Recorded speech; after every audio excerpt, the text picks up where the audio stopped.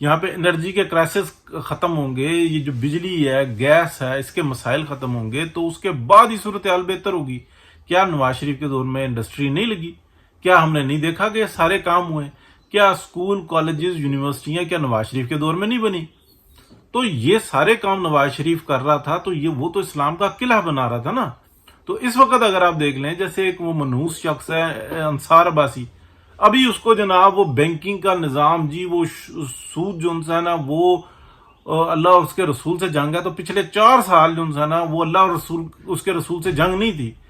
رکھنے ڈالتے ہیں اس طرح کے 2 نمبر لوگ جو صحافت کے اندر ہوتے ہیں, جو ججز ہوتے ہیں, جو دیگر اداروں کے اندر ہوتے ہیں. ابھی ان کو ساری چیزوں, انسانیت کی اور ہر چیز کی پرواہ ہے. حالانکہ اس سودی نظام سے چھٹکارا ملے گا, لیکن وقتاً فوقتاً کام کر کے اپنے پیروں پہ کھڑے ہو کے بھوکے ننگے کو, کوئی نظام چھوڑو, کچھ اس کی مرضی نہیں چلتی, اس کی تو ایسی تیسی پھیر کے رکھ دیتے ہیں. تو یہ بالکل واضح ہے کہ اسلام کا قلعہ اگر بنا رہا تھا تو نواز شریف بنا رہا تھا. اس لیے یہ ہے بغض نواز, یہ ہے وہ بغض نواز جس کو ہمیں یاد رکھنا ہوگا کہ نواز شریف کی ذات سے دشمنی نہیں ہے. وہ یہ کہتا تھا ہم جو ٹیکسز اکٹھے ہوں گے, جو مراعات ہوں گی, وہ ہم عوام کو دیں گے. ڈی ایچ اے, عسکری اور دفاع کے نام پہ یاشیوں کے لیے نہیں. بہت کچھ بول سکتے ہیں, لیکن ابھی بھی احتیاط کرتے ہیں. ہر جگہ پر موجود جتنی ایک کالی بھیڑیں ہیں نا, اداروں کے اندر, دیگر جگہوں میں, سیاست کے اندر, یہ پاکستان کی عوام کی ترقی, خوشحالی کو فروخت کرتے ہیں.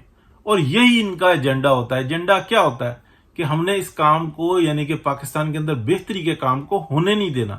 اور جب وہ ہونے نہیں دیتے تو یہ باقاعدہ ڈیلز کرتے ہیں کہ ان کے بچوں کو کیا ملے گا. مرزیت کیا تھی کہ ہم مسلمانوں میں تفرقہ ڈالیں گے. یہ جو تاج برطانیہ تھی, اس کے ساتھ کمٹمنٹ تھی مرزیوں کی. اور عمران خان کون ہے, اس کا نانا کون تھا؟ اس کی جو ماں کا نانا تھا منشی گوہر, وہ جلندر کا پہلا جماعت خانہ جو بنایا ہے احمدیوں کا, وہ اس کے ماں کے نانے نے بنایا ہے, منشی گوہر نے. اور یہ بھی اسی نسل سے ہے, یہ بھی اسی طریقے سے کہ ہم فتنہ ڈالیں گے, ہمیں فیسلیٹیٹ کرنا. جب سے یہ شخص آیا ہے, آپ یہ دیکھ لیں کہ پاکستان کی ترقی کو, خوشحالی کو کیسے سی پیک بند کر دیا. کون تھا اس کے ساتھ ملا ہوا؟ عاصم سلیم باجوہ.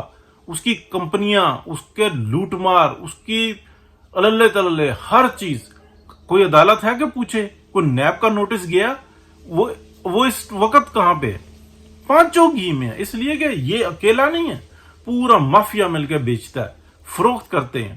وہ تو شروع سے لوگ یہ غریب تھے, تو 2 نمبری کے کاموں میں پڑے, تو اس لیے یہ جو ہوتے ہیں نا پیزے کے, پراٹھے کے, ان چیزوں کے بھوکے ہوتے ہیں, تو یہ اس قسم کے گھٹیا کام کرتے ہیں کہ پیزا بنا لیا جی.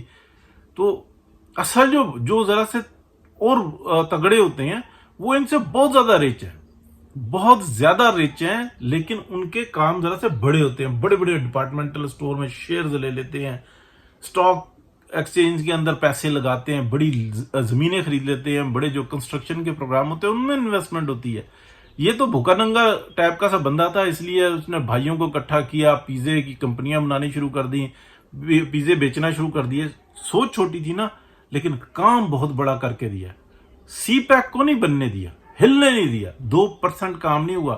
2% کا کام یہ ہے کہ اگر 50% کام بھی ہو تو ایکول بھی نہیں آتا.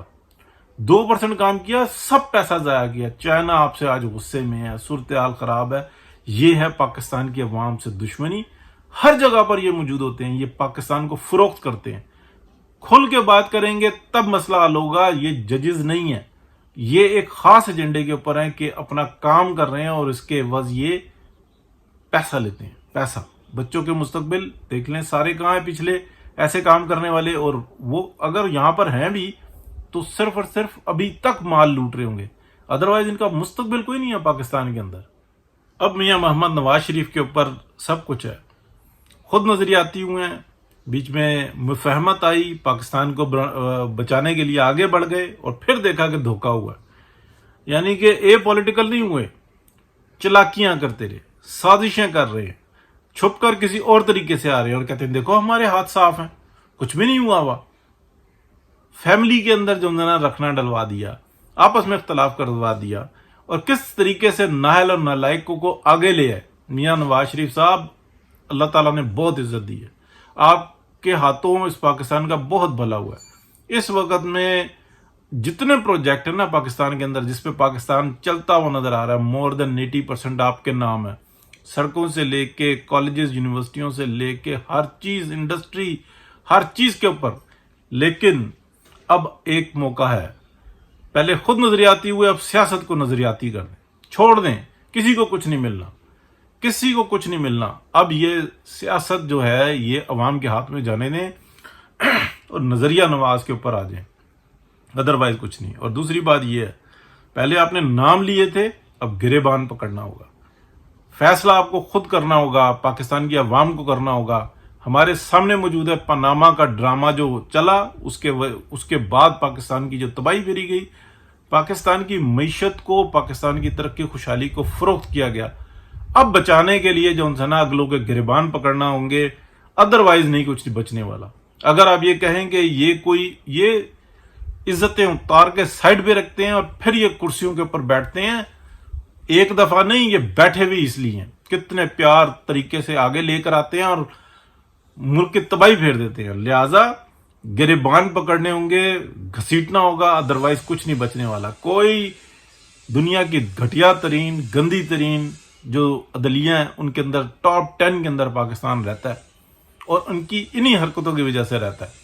تو ان عدالتوں سے تو کوئی انصاف کی توقع نہیں کی جا سکتی۔ فل کورٹ کی ڈیمانڈ کر رہے ہیں، اس کے اندر بھی وہ ڈرامے نوسر بازیاں ہوں گی جس کا کوئی حساب نہیں۔ لیکن اگر ڈٹ گیا آج تو شاید بہتری ہو جائے۔ اللہ تعالیٰ کی ذات ہے، جب چاہے عزت دے دے، ایک غلطی، دوسری غلطی، تیسری غلطی وہ جب تک چاہے معاف کر دیتا ہے، لیکن اس کی پکڑ سے کوئی نہیں بچ سکتا۔ اگر انسان خود اپنے کیے ہوئے کے اندر بھی منافقت کرتا ہے نا تو وہ بھی پکڑ میں آ جاتا ہے۔ اللہ پاک کی ذات ہے جی، بہتر کرنے والی۔ بڑی لمبی بات ہو گئی ہے، بہت شکریہ، اللہ حافظ۔